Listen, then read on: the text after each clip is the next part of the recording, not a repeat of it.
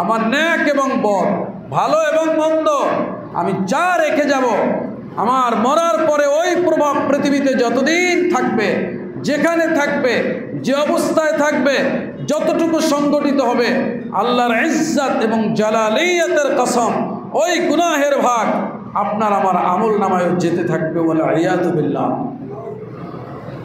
কিছু বুঝলেন ভাইয়েরা? কোন সূরা বলেছি? আয়াত নম্বর কত? 12। মূল বক্তব্য, আপনার আমার আমল ভালো বা মন্দ এটা সংরক্ষণ হচ্ছে। সুতরাং গুনাহ করবার আগে একটাবার কমপক্ষে আমাদের ভাবা উচিত যে আমার এই গুনাহের ধরনটা কেমন। সম্মানিত হাজিরিন, রমাদানুল মুবারক একেবারে শেষ পর্যায়ে চলে এসেছে, ঠিক না?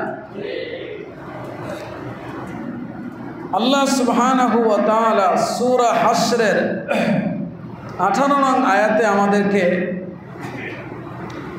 একটা গুরুত্বপূর্ণ নির্দেশ দিয়েছেন।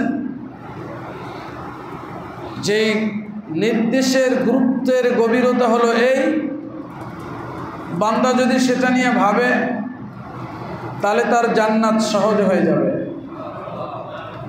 আর যদি বান্দা এটা নিয়ে না ভাবে তাহলে তার জাহান্নামের রাস্তা সহজ হয়ে যাবে। সূরাতুল হাশর আয়াত নম্বর 18। অল্প কয়েক মিনিটের আলোচনা, যাদেরকে আল্লাহ তাআলা পড়াশোনার সুযোগ দিয়েছেন, বাংলা পড়তে জানেন, কমপক্ষে এতটুকু ইলম জ্ঞান যাকে আল্লাহ দান করেছেন, তারা অবশ্যই সুযোগ মতো ভাষায় এই আয়াতটি পড়বেন, অনুবাদ করবেন, যতটুকু সম্ভব তাফসীর পড়বেন। না বুঝলে আলেম ওলামাদের শরণাপন্ন হবেন, কিন্তু আয়াতের অনুবাদ পড়ে সে অনুবাদটা নিজের মধ্যে ধারণ করে প্রতিনিয়ত চিন্তা করবেন। সূরার নাম বলেছি কি? সূরাতুল হাশর আয়াত নম্বর। আল্লাহ তাআলা বলছেন, ইয়া আইয়ুহাল্লাযীনা আমানুত্তাকুল্লাহ।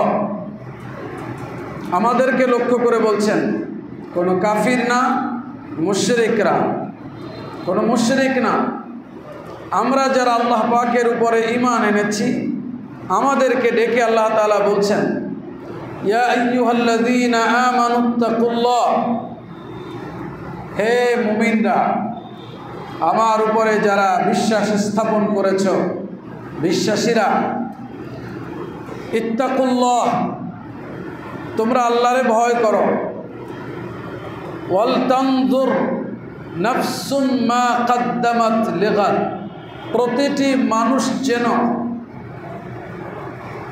আবার বলছি, প্রত্যেক ব্যক্তি যেন, মুমিনদের হোক সে নারী অথবা পুরুষ, প্রত্যেক মুমিন নারী এবং পুরুষ যেন নজর দেয়, চিন্তা করে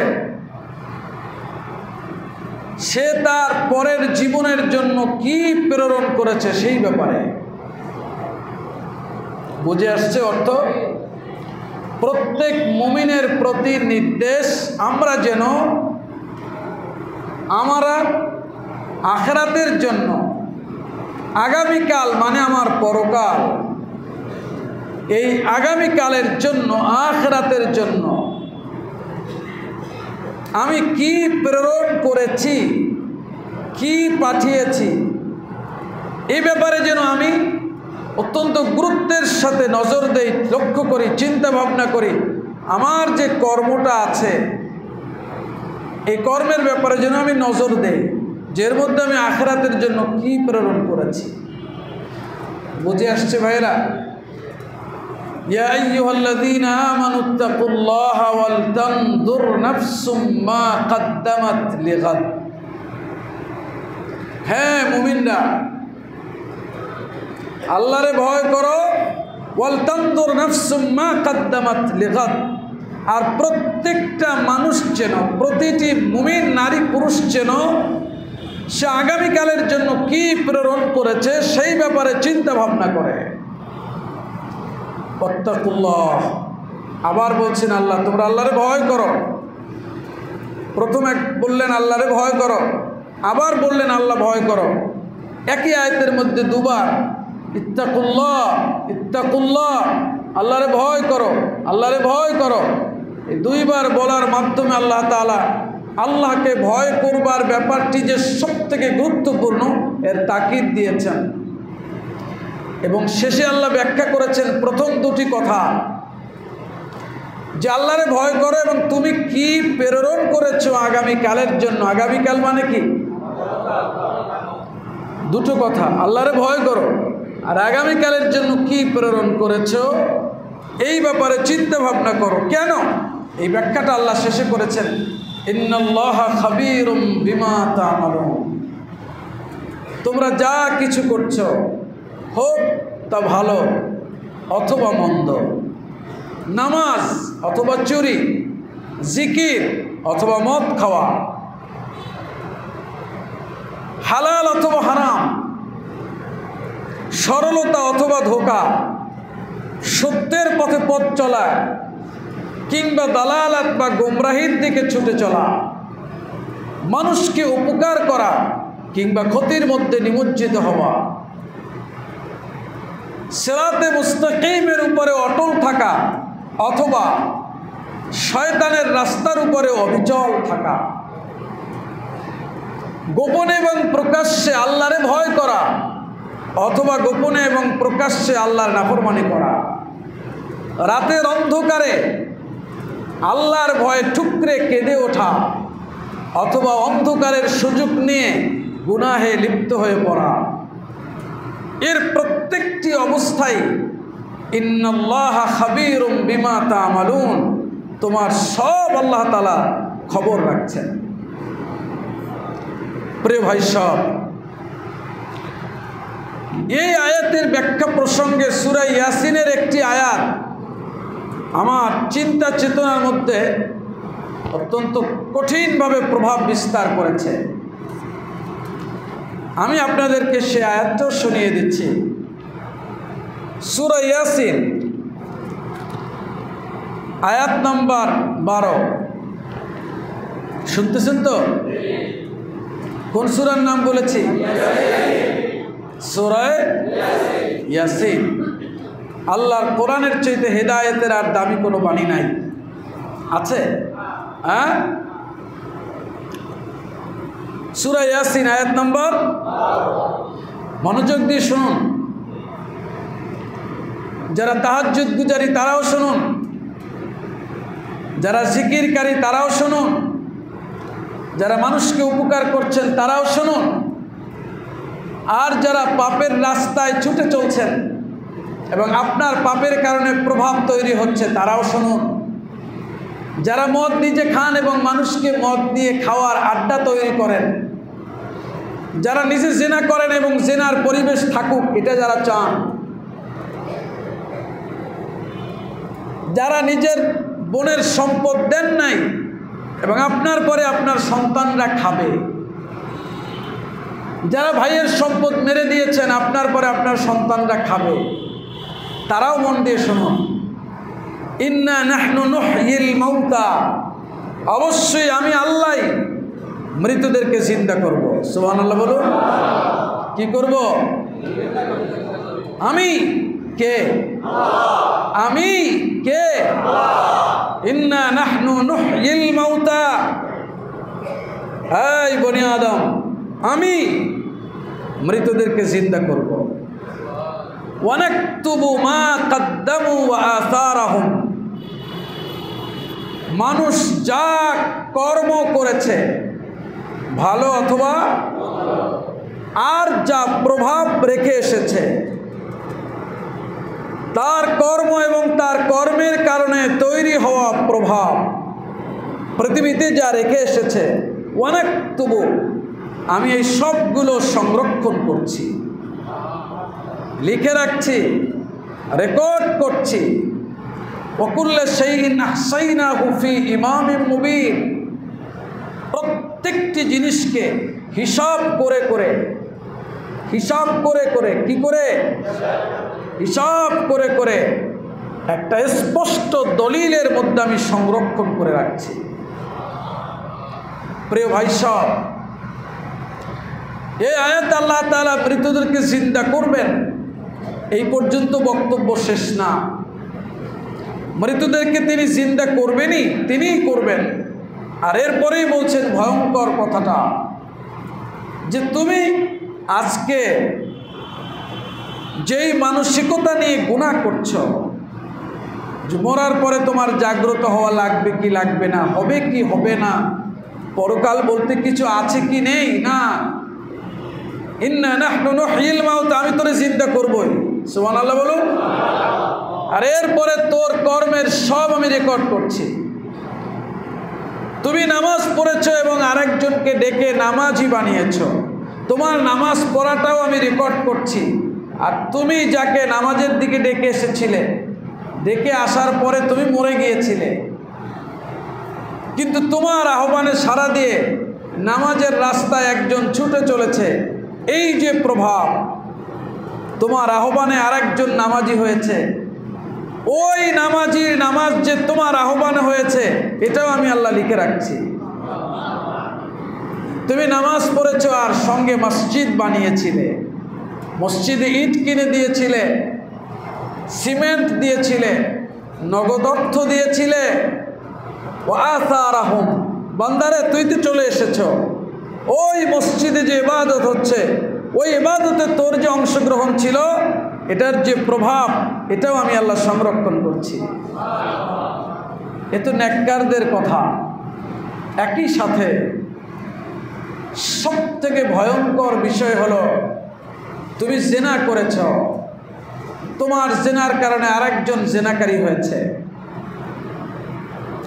তোমার জেনার অপরাধ যেমন আমি সংরক্ষণ করছি, রেকর্ড করছি, তোমার কারণে যে আরেকজন জেনাকারী হচ্ছে, তুই চলে আসার পরেও এই জেনার সিলসিলা ছিল, এটাও আমি আল্লাহ তোর আমল নামায় সংরক্ষণ করছি।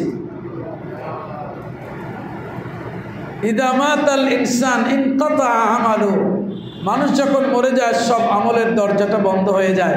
এ হাদিস শুনেছি না? কিন্তু তিনটা জারি থাকে, এটাও তো শুনেছি। কি কি বলুন তো? সাদাকায়ে জারিয়া, নেক সন্তান, উপকারী ইলম, উপকারী ইলম। তাহলে নেক সন্তান, সাদাকায়ে জারিয়া, উপকারী ইলম, এই তো তিনটা। তাহলে আমি যে পাপ করে গেলাম সেটা নাই? সেটাও আছে।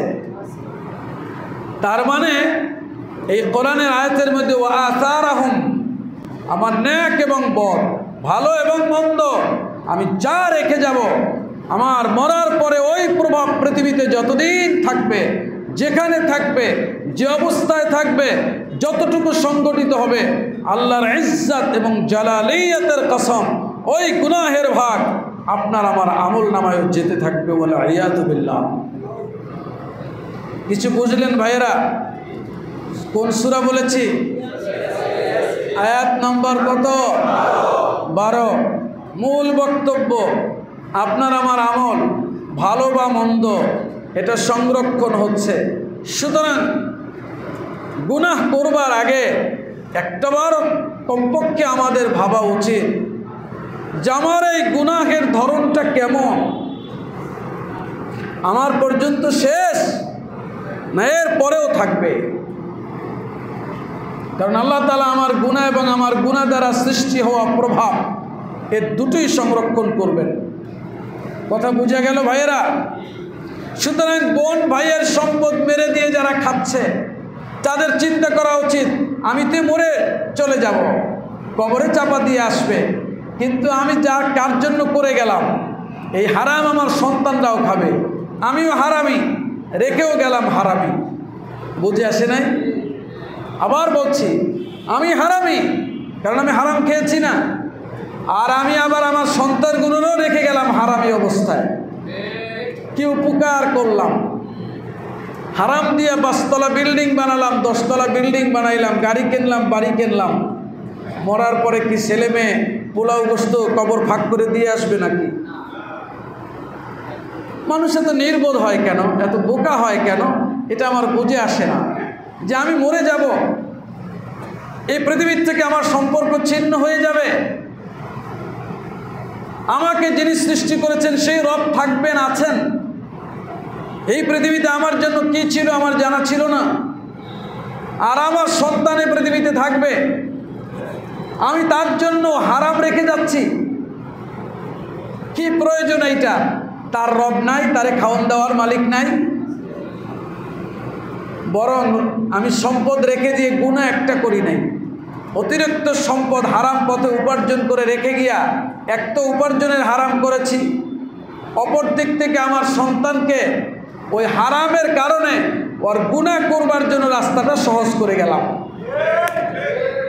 কথা বুঝে আসে নাই? কারণ ও যখন দেখবে যে মাস শেষে 2 লাখ টাকা আয় আসে,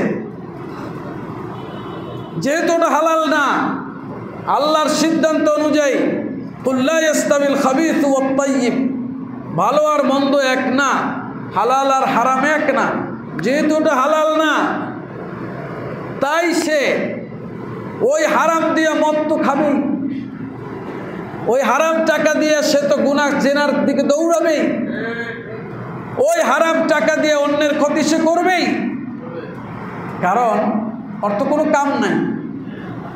কথা বুঝছেন নাই? এই মানুষ যখন কাজ থাকে না তখন শয়তান তার পিছনে খুব বেশি পরিমাণে ঘোরে। কথা বুঝেন নাই? কারণ কাজ বেশি যখন করে, রুটিন থাকে মুমিনের, তখন তো শয়তান ফাঁক পায় না। বুঝে আসে নাই? আমি নামাজে দাঁড়াই গেলাম, শয়তান কদ্দূর দেবে ধোকা, কতক্ষণ দাঁড়ায় থাকবে। কথা বুঝে আসে নাই? আরও মজার ব্যাপার হলো, মুমিন যখন রাগ হইয়া শয়তান একবার ধোকা দিল, নামাজে ভুল হয়ে গেল, মুমিন যদি রাগ হইয়া আবার নফল পড়ে 2 রাকাত, কমপক্ষে 3 দিনে তো শয়তান দাঁড়িয়ে আসবে না। কথার কথা বললাম বোঝানোর ক্ষেত্রে, কিন্তু হাকিকতে এইটা সঠিক। বুঝে আসে নাই? আপনার নামাজে ভুল হয়েছে, নামাজ ছাইরা আবার শুরু করেন। বুঝে আসে নাই? 3 রাকাতের সময় ভুল হয়ে গেছে, 1 রাকাত বাকি, আবার শুরু করেন নামাজ। বুঝে আসে নাই? শয়তান দেখবেন তৃতীয়বারে আপনার ধারে আসবে। কেন জানেন? কারণ সওয়াবের মাত্রা বেড়ে যাচ্ছে। সুবহানাল্লাহ বলেন। ও তার কান ধরে এক দৌড় দেবে, খাইছে তো, যে উদ্দেশ্যে আসছিল এখন আমার লস হয়ে যাইতেছে, আগেই তো ভালো ছিল। প্রিয় ভাই সব, আল্লাহ তাআলা বলেছেন, হে মুমিনরা, আমারে ভয় করো, আর পরকালের জন্য কি প্রেরণ করেছো সেই ব্যাপারে চিন্তা ভাবনা করো, নজর দাও তোমার আমলে কি আছে। সম্মানিত হাজিরিন, সাইয়্যিদুনা উমর রাদিয়াল্লাহু তাআলা আনহু এজন্য বলেছেন, অত্যন্ত একটি দামি কথা বলেছেন, হাসিবু আনফুসাকুম ক্বাবলা আন তুহাসাবু, তোমরা নিজেদের হিসাব নাও তোমার হিসাব নেওয়ার আগে। সুবহানাল্লাহ বলুন। এটাকে আরবি ভাষায় বলে মুহাসাবা। কি বলে? মুহাসাবা, নিজের হিসাব নিজে নেওয়া, পর্যালোচনা করা। সাইয়েদনা ওমর বলেছেন, তোমার হিসাবটা তুমি নাও ক্বাবলা আন তুহাসাবু, আল্লাহর সামনে যে হিসাব দিতে হবে তার আগে। ওই যে আল্লাহ নির্দেশ করেছেন, ওয়াল তানজুর নাফসুম মা কাদ্দামাত লিগাদ, কি পাঠাইলা এটা চিন্তা ভাবনা করো, হিসাব করো। ওয়াজিনু আনফুসাকুম ক্বাবলা আন তুজানু, সাইয়েদনা ওমর বলেছেন, তোমার হিসাব আল্লাহর দরবারে গ্রহণ করবার আগে তুমি করো, আর তোমার আমলটা মিজানের পাল্লায়, ওজনের পাল্লায় উঠানোর আগেই তুমি একটু ওজন করে নাও। এতে লাভ হবে কি তোমার? ফাইন্নাহু আহওয়ানু আলাইকুম ফিল হিসাবি গাদান, কিয়ামতের ময়দানে তোমার হিসাবটা বড় সহজ হয়ে যাবে। তুমি যদি প্রতিদিন চিন্তা ভাবনা করো যে আমি করলাম কি, তাহলে ইনশাআল্লাহ তাআলা তোমার গুনাহ কমবে, নেক বাড়বে, ফলে কিয়ামতের ময়দানে তোমার হিসাবটা বড় সহজ হয়ে যাবে। প্রিয় ভাই সব, কেন আমরা আমাদের হিসাব করব? এই ব্যাপারে 3-4টা আয়াত বলি, মনে রাখতে পারলে রাখুন, বাসায় গিয়ে পড়বেন। সূরাতুল মুজাদালা আয়াত নাম্বার 6। আল্লাহ তাআলা বলেছেন, ইয়াউমা ইয়াবআসুহুমুল্লাহু জামিআন, সেদিন সবাইকে আল্লাহ কবর থেকে জাগ্রত করবেন। ফায়ুনাব্বিউহুম বিমা আমিলু, অথবা তারা যা করেছেন এটা আল্লাহ অবহিত করবেন। এর পরের কথাটা অত্যন্ত তাৎপর্যপূর্ণ, ভাবিয়ে তোলার মতো। আহসাহুল্লাহু ওয়া নাসুহ, আল্লাহ আমার আপনার কাজ সম্পর্কে বলছেন যে আল্লাহ তোমার কাজকে সংরক্ষণ করে রেখেছেন, কিন্তু তুমি ভুলে গিয়েছ। বুঝে আসে নাই? আহসাহুল্লাহু ওয়া নাসুহ, আল্লাহ ওর কর্মকে সংরক্ষণ করেছেন মানুষের, কিন্তু তারা ভুলে গিয়েছে। কি ভুলে গেছে? আপনি হঠাৎ একজনার না বলে একটা কলা খেয়ে ফেলেছেন, সেই 5 বছর আগে আপনার মনে নাই, কলা খেয়ে ফেলেছেন। কি খেয়ে ফেলেছি? না বলে। হালাল না হারাম? আমি খেয়ে ফেলেছি, একটা কলা তো মনে নাই। মনে আছে? নাই। আল্লাহ বলছে তুই ভুলে গেছো, কিন্তু আমি তো লিখে রাখছি। বুঝে আসে নাই? অফিসে জব করছেন, হালাল বেতন, আপনার কাছে কাজের জন্য আসছে, এইটা আপনার দেওয়া, এই কাজটা আপনি করে দেবেন, এই জন্যই আপনারে সরকার 30,000 টাকা বেতন দেয়। কিন্তু আপনি সেই ফাইলটারে খামোখাই ঘুরাইয়া তারপরে বুঝাই দিয়েছেন যে অল্প কিছু টাকা হইলে পিয়ন দিয়ে এখনই কাম সেরে দেওয়া যাবে, নাইলে আরও সময় লাগবে। বেঁচে নেয় নিরুপায় হয়ে গরিব মানুষ পকেট থেকে অত্যন্ত কষ্টে 200 টাকা বের করে দিছে, খুব কষ্ট হয়েছে দিতে। আপনি ওই 200 টাকা নিয়ে স্বাক্ষরটা করে দিয়ে দিয়েছেন। আপনি তো 200 টাকা দিয়ে বাইরে হইয়া তরমুজ নিয়ে রমজান মাসে, যেহেতু নেককার মানুষ, আল্লাহর পথে খরচ করলে রোজার মাসে কোনো হিসাব নাই, ভালো দেখে তরমুজ কিনে নিয়ে এসে খাইছেন, আর সাথে ফকিরকেও 1 পিস দিচ্ছেন। রোজার মাস না, যত দান তত বেশি সব। একা খাবেন, আল্লাহ দেখতেছে, এই জন্য গরিবরেও দিচ্ছেন 1 পিস তরমুজ, খাইয়ে ফেলাইছেন। আল্লাহ বলছে, বান্দা তুই ভুলে গেছিলি না, তোর কাছে কিছু মনে হয়েছিল না, ওই 200 টাকা আমি লিখে রেখেছি, তুই ভাবলে ভাব, না ভাবলে না ভাব, ভুলে গেলে যা, কিন্তু আমি আল্লাহ ভুলি না। সুবহানাল্লাহ বলুন। আল্লাহু আলা কুল্লি শাইইন শাহীদ, আল্লাহ সবটাই তার চোখের সামনে রাখেন। সুবহানাল্লাহ বলেন। সব কিছুর জন্য আল্লাহ প্রত্যক্ষ সাক্ষী। আয়াত নাম্বার 30 সূরা আলে ইমরান, ইয়াউমা তাজিদু কুল্লু নাফসিন মা আমিলাত মিন খায়রিন মুহদারা ওয়া মা আমিলাত মিন সু তাওয়াদ্দু লাউ আন্না বাইনাহা ওয়া বাইনাহু আমাদান বাঈদা ওয়া ইউহাযযিরুকুমুল্লাহু নাফসাহু ওয়াল্লাহু রাউফুম বিল ইবাদ। আল্লাহ রাব্বুল আলামিন বলেছেন, বান্দারে সেদিন প্রত্যেকটা মানুষ ভালো অথবা মন্দ যা করেছে সব উপস্থিত পাবে, হোক তা নেকামল অথবা গুনাহ। সেই অবস্থা দেখে চাইবে তার এবং তার এই হিসাবের ব্যাপারে যেন অনেক দূর হয়ে যায়। সে চাইবে যে এটা যদি আমার থেকে অনেক দূর হয়ে যেত, কিন্তু আসলে কি হবে? আল্লাহ বলছেন, ওয়া ইউহাযযিরুকুমুল্লাহু নাফসাহ, আল্লাহ তার নিজের সম্পর্কে তোমাদেরকে সতর্ক করেছেন। আল্লাহ বলছেন, আমি সতর্ক করলাম আমার সম্পর্কে। কি? আমি অবশ্যই তোর গুনাহের শাস্তি দেব, আমি তোর নেকের বদলা দেব, তোর প্রত্যেকটা পাপকে আমি তোর সামনে তুলে ধরব।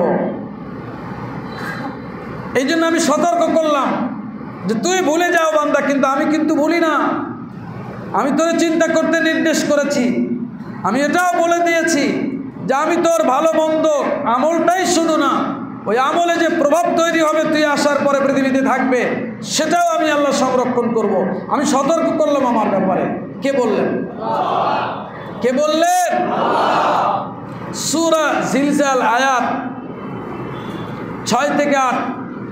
ইয়াউমাইযি ইয়াসদুরুন নাস আশতাতান লিয়ুরাউ আমালাহুম ফামান ইয়ামাল মিসকালা যাররাতিন খায়রান ইয়ারা ওয়া মান ইয়ামাল মিসকালা যাররাতিন শাররান ইয়ারা।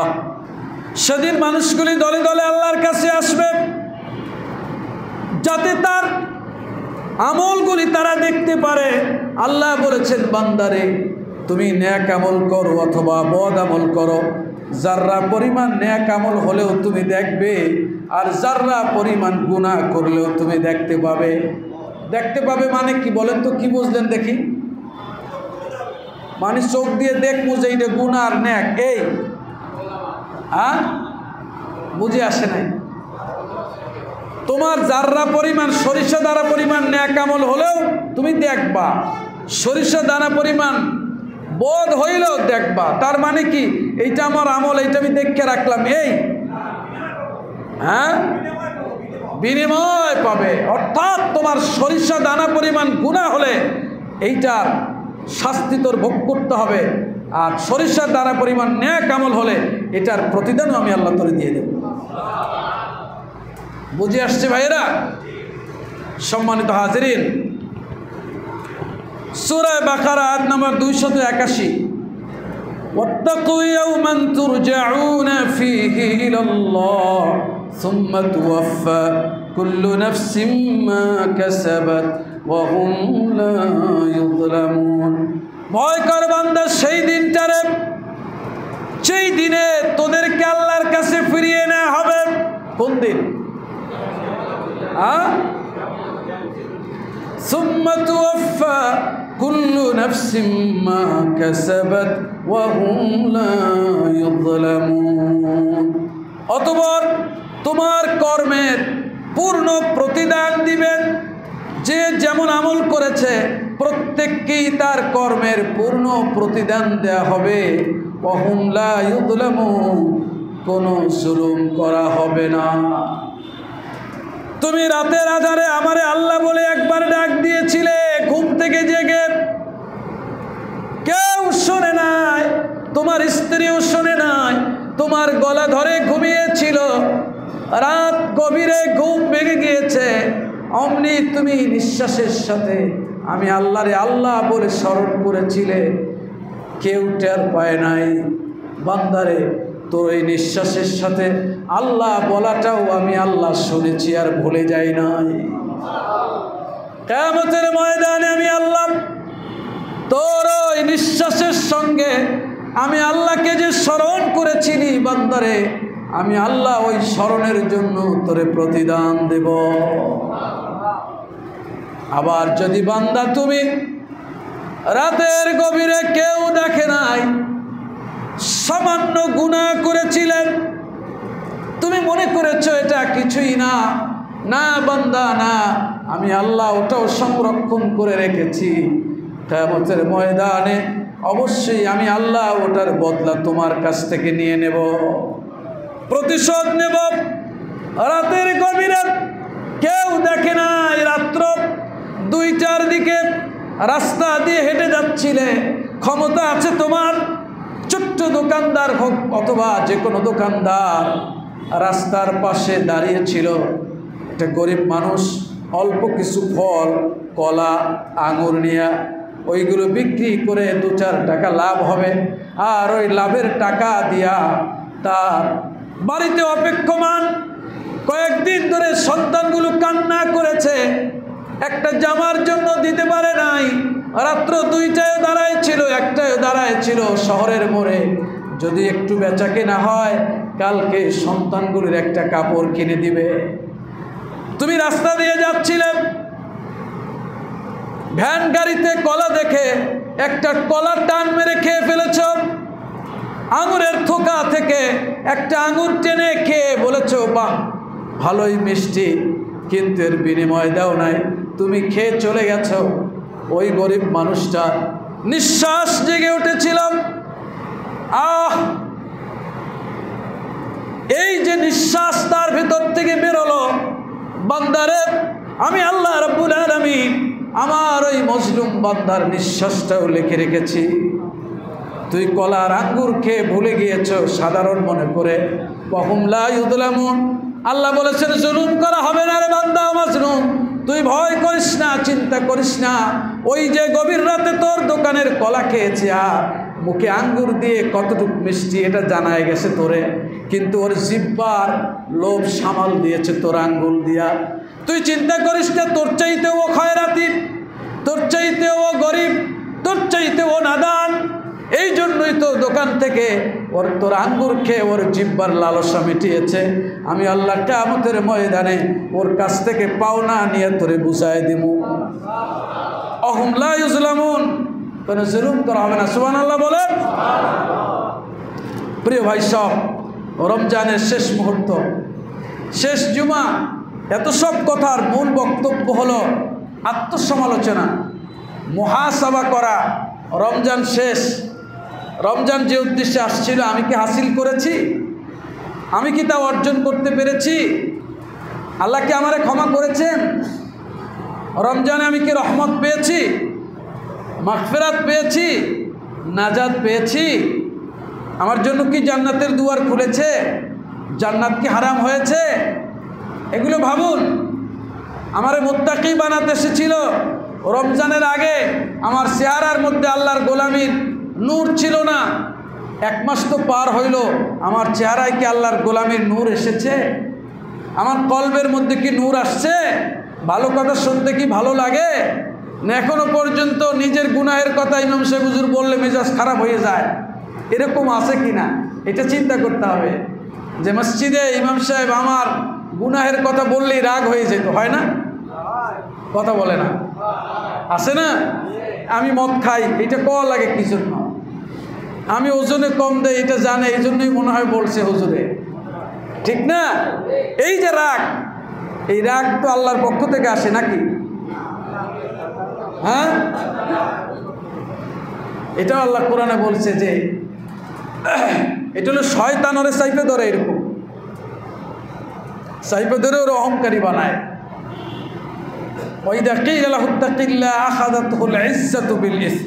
আমি বড় মেয়া, আমি অমুক, ব্যবসায়ী, প্রশাসনের লোক, ডাক্তার, ইঞ্জিনিয়ার, কবি, সাহিত্যিক, সমাজের অনেক বড় নেতা, আমারে কইল, এই যে কইল আমারে, এই ভাবটা জাগায় কে? গুনাহযুক্ত মিথ্যা অহংকার। আল্লাহ বলে ফাহাসবুহু জাহান্নাম, টেনশন নাই, এই রাগটাই তোর জাহান্নামের জন্য যথেষ্ট। কে বলছেন? না আমি বললাম। ফাহাসবুহু জাহান্নাম, আল্লাহ বলছে ওর জন্য জাহান্নাম যথেষ্ট। তো রমজান শেষ, শয়তানের পক্ষ থেকে আসা এই মিথ্যা অহংকার আমার কাছ থেকে কি দূর হয়েছে? এখনো মেজাজ গরম হয়ে যায়, চোখ মোটা হয়ে যায়। যদি চোখ মোটা হয়ে যায় তাহলে বুঝতে হবে দুর্ভাগ্য যেখানে ছিল সেখানেই আছে। আগেও কপাল পোড়া, এখনো কপাল পোড়া। প্রিয় ভাই সব, আলোচনা শেষ। 2-3টা দিন তো আছে, 2 দিন আছে তো ইনশাল্লাহ, ঠিক না? আজকে 27, 28, 29, 30। রব যদি আমাদের সৌভাগ্যের দুয়ারকে আর একটু খুলে দেন তাহলে তো 3টা আছে, আর তা না হলে কয়টা আছে? 2টা আছে। এই 2 দিনে আমার পক্ষ থেকে, অর্থাৎ কোরআন এবং সুন্নাহর নির্দেশ থেকে পরামর্শ, এই 2 দিন ইস্তিগফারকে বাড়ায় দেবেন। কি করবেন? ইস্তিগফার কি করবেন? ইস্তিগফারকে বাড়ায় দিবেন। তওবা ইস্তিগফার খুব বেশি পরিমাণে করবেন। আমাদের প্রত্যেকের জন্য একই কথা, নেককার অথবা গুনাহগার, খুব বেশি পরিমাণে ইস্তিগফার করবেন। আল্লাহ রাসূল বলেছেন তুবু ইলাল্লাহি ওয়াস্তাগফিরু, আল্লাহর কাছে তওবা করো এবং ক্ষমা চাও। ফাইন্নী আতুবু ফিল ইয়াউমি 100 মাররা, আমি প্রতিদিন 100 বার আল্লাহর কাছে তওবা করি। সুবহানাল্লাহ বলেন। ভেবেছেন মুমিন ভাই, আপনার আমার রাসূল দৈনিক কতবার? 100 বার। সুবহানাল্লাহ, সুবহানাল্লাহ, সুবহানাল্লাহ।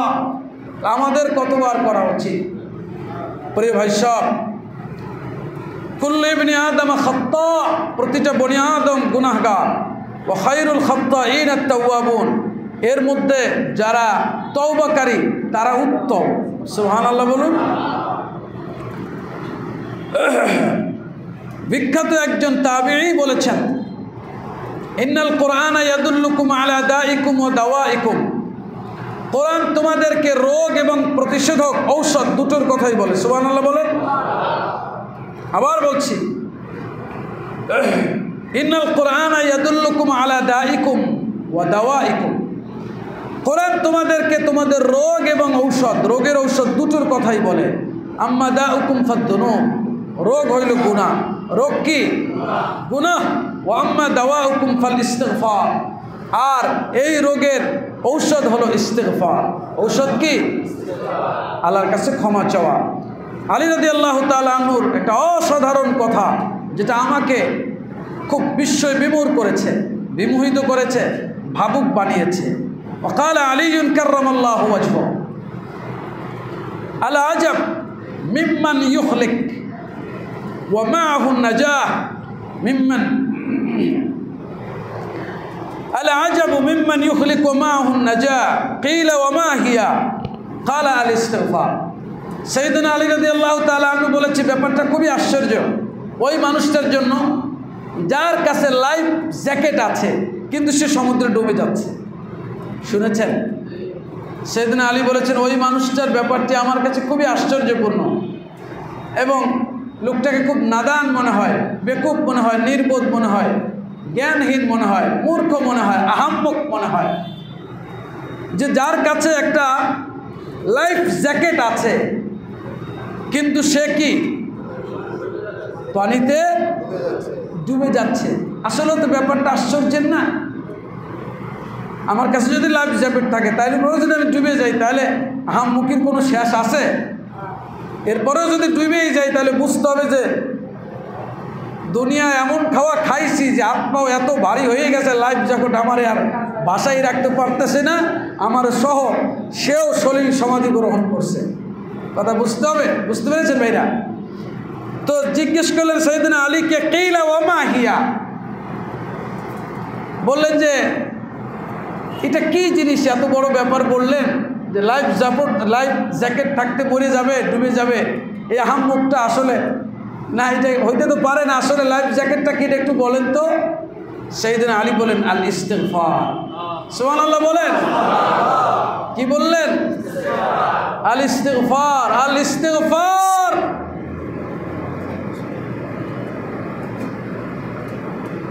এই লাইফ জ্যাকেটের নাম হলো ইস্তিগফার। আল্লাহ বলেছেন, আকাশ যদি ছুঁয়ে যায় তোর গুনাহ, আমার আকাশের কিনারা যদি ছুঁয়ে যায়,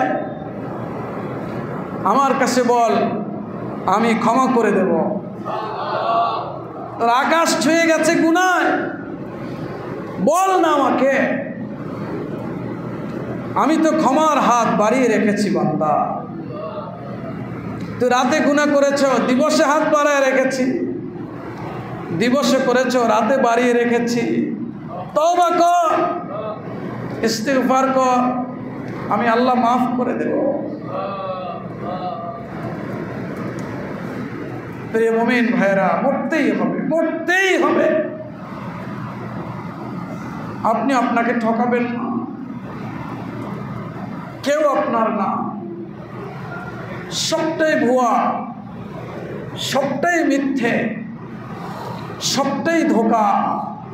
একটাই মাত্র জিনিস কাজে লাগবে, সেটা হলো রবের সাথে সম্পর্ক। আপনি এখানকার বাড়ির জন্য যতটা পেরেশানি, আপনার আখিরাতের বাড়ির জন্য একটু পেরেশানি হন না। আপনার আখিরাতে বাড়ি লাগবে তো। আপনি এখানে একটা গাড়ি কেনার জন্য হালাল হারাম ভুলে গেছেন, আখিরাতে আপনার একটা গাড়ি লাগবে তো, সেটার জন্য একটু আপনি তৎপর হন। রমাদানুল মুবারকের শেষ মুহূর্ত আসুন, আমরা ইস্তিগফার করে আল্লাহ পাকের কাছ থেকে ক্ষমা চেয়ে নেই। আল্লাহ ক্ষমা করার জন্য প্রস্তুত। আমরা না চাইলে আল্লাহকে দোষ দেওয়া যাবে না। আল্লাহ তাআলা আমাদের বোঝার তৌফিক দান করুন। বেশি বেশি তওবার নসিব করুন আল্লাহ। সম্মানিত ভাইরা,